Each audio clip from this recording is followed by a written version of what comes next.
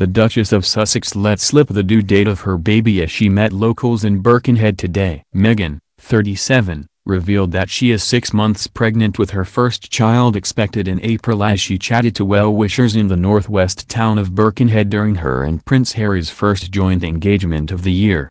She also revealed the couple don't know whether they're having a boy or a girl, as they want it to be a surprise. The brief exchange was overheard as Meghan, glowing in a red wrap coat worn over a figure-hugging 107-pounds purple dress from Babaton by Aretiza, met locals in Merseyside with her husband on Monday morning. While Kensington Palace have not publicly revealed the due date, royal fans had previously speculated that baby Sussex could be expected as early as March due to Meghan's blossoming baby bump. Meghan paired the vibrant ensemble with a 1,695-pounds Gabriella Hearst leather bowling bag and vertiginous red stilettos and, in a return to her signature style, the Duchess stitched the sleek chignon she's been sporting in recent weeks for a relaxed messy bun as she and Harry charmed the locals who had gathered to see them. Her 1,085-pounds red coat, believed to be a new addition to her wardrobe, is from Canadian brand Centaur, and the Duchess has worn the brown version previously in Sandringham. Speaking after her royal encounter, local woman Kim Thompson said, "She said she is 6 months pregnant and due at the end of April, beginning of May." Harry was also heard asking one mother how her daughter Lily's name was spelt, although Meghan insisted that they did not know the sex of their baby. Miss Thompson said, another woman in the crowd joked that she was a trained midwife. Meghan said that one of her friends had given birth 5 weeks early and, the midwife, said the baby comes when they are ready. I said, as long as they are healthy, and Meghan agreed. Then she said, pointing to Harry, he's going to make a fantastic father. Kim, a homeschool development worker at St. Werburgh's Catholic Primary School, said, Harry was asking a mum how she spelled her daughter's name, Lily. The Duchess also chatted to a hypnobirthing teacher, Sonya Richards, who was in the crowd with her mother Marion Mazumder. Sonya, who runs Whirl Hypno, said, I told her I teach hypnobirthing and she said, it's such a special thing that you are doing. She looked radiant, she looked really well, and I just wished her a wonderful birth. Marion added, I said I am looking forward to the baby coming and she said, so are we. The royal couple were also given a baby girl bearing the words born in 2019 by 8-year-old Harry Edwards and Meghan O'Carroll, of St. Werburgh's. The schoolchildren were among 16 pupils whose names were pulled out of a hat by teachers to attend the walkabout in Birkenhead's Hamilton Square.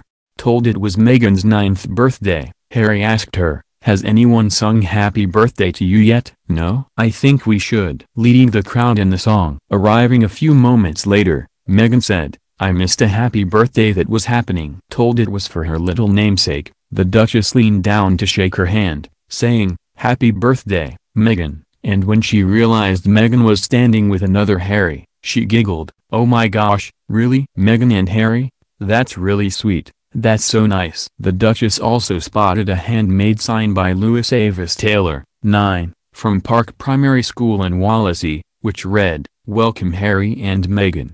The 37-year-old told a young girl in the crowd that neither she or husband Prince Harry know the sex of their first child and were keeping it as a surprise. Kitty Dudley, 9, from St. Anne's Primary School in nearby Rockferry, said, Meghan came up to me and asked me how old I was and where I went to school. I could see her bump and I asked if she was having a boy or a girl and she said we don't know whether it's a boy or girl, we are keeping it as a surprise. Megan Redford, 7, quizzed the Duchess on baby names saying, she asked me if I was called Meg or Meghan because she said her friends call her Meg and mine do as well.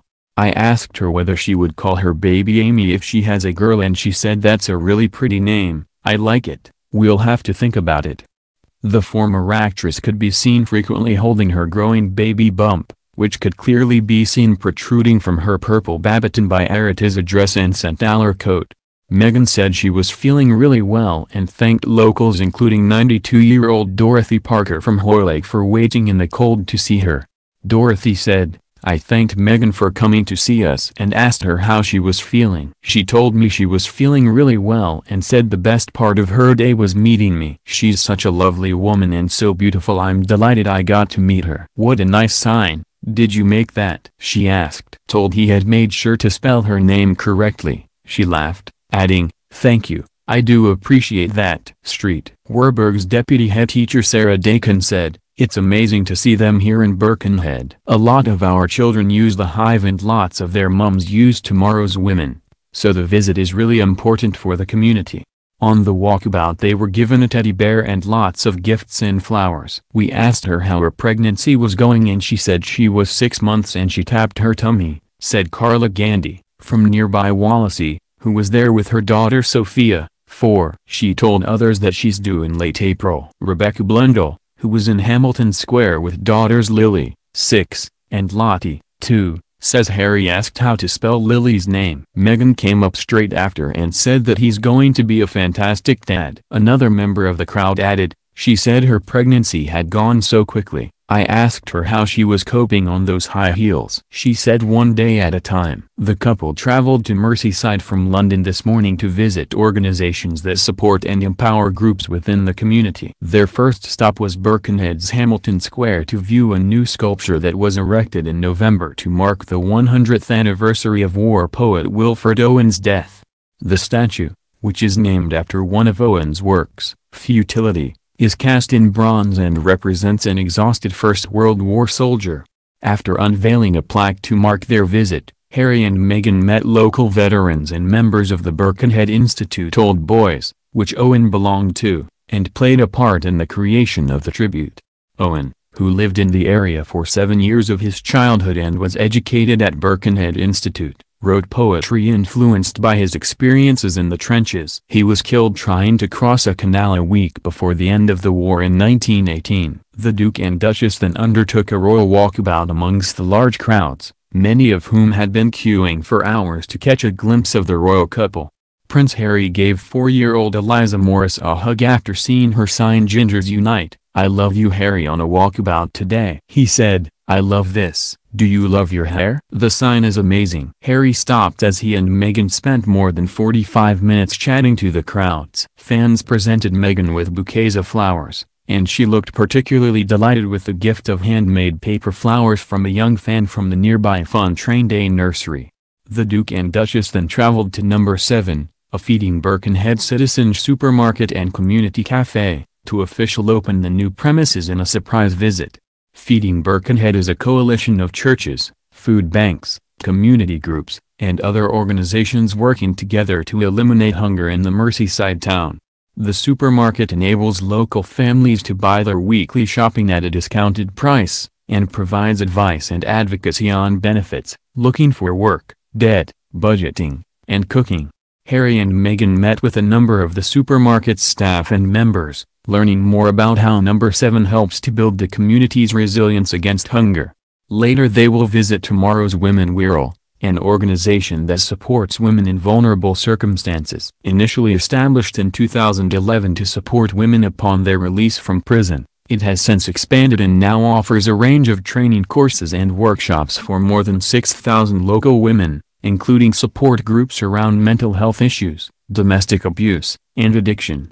Harry and Meghan will speak to some of the women directly before visiting the on-site charity shop, cafe, and inspiration hall. Their last stop of the day will be the Hive Wirral Youth Zone. Created by the charity On-Site Youth Zones, which is developing 21st-century youth facilities across the UK, the Hive provides a safe environment where young people can come and enjoy themselves, building key skills and raising their aspirations and confidence. The Duke and Duchess will meet members as they take part in activities and workshops throughout the centre, before unveiling a plaque to mark the visit. The couple will experience 4 good news stories in the Wirral town after accepting an invitation from local MP Frank Field, according to the Liverpool Echo. Mr. Field, who has served Birkenhead since 1979, wrote to the couple himself and said he was absolutely thrilled when they accepted his offer. He told the newspaper, "Although there are hundreds of projects I'd like the royal couple to see, the groups they will be meeting next week are characteristic of so much of the good work going on in Birkenhead. They will be seeing a stunning World War I memorial that sets new standards for sculpture. They will also launch new projects that are at the cutting edge of fighting poverty, draw even greater attention to the inspirational work being done by tomorrow's women Wirral, and witness the impact the Hive is having on the lives of so many young people in Wirral. Mr. Field said the visit to tomorrow's women will be of great interest to Meghan, in particular with her focus on women's issues and countering modern slavery. He added, she will be talking to women there on these issues as well as how they successfully make the transition back from prison to society. Mr. Field said the projects were chosen by the couple and for their proximity to one another. That means they can spend more time meeting people from Birkenhead rather than traveling longer distances between engagements, The Echo reported. The MP praised the royal family for showing interest in bodies that fill gaps that the state cannot and doesn't reach, and making sure money is raised so that those bodies have viable budgets. Pregnant Meghan, who is expecting her first child with Harry this spring, is continuing to keep a busy schedule packed with royal engagements as she nears her due date. The mother-to-be stepped out in London last week, and the couple will also make an appearance on Wednesday to watch Cirque du Soleil's Totem at the Royal Albert Hall, as part of a fundraising campaign for Harry's charity Santa Ball.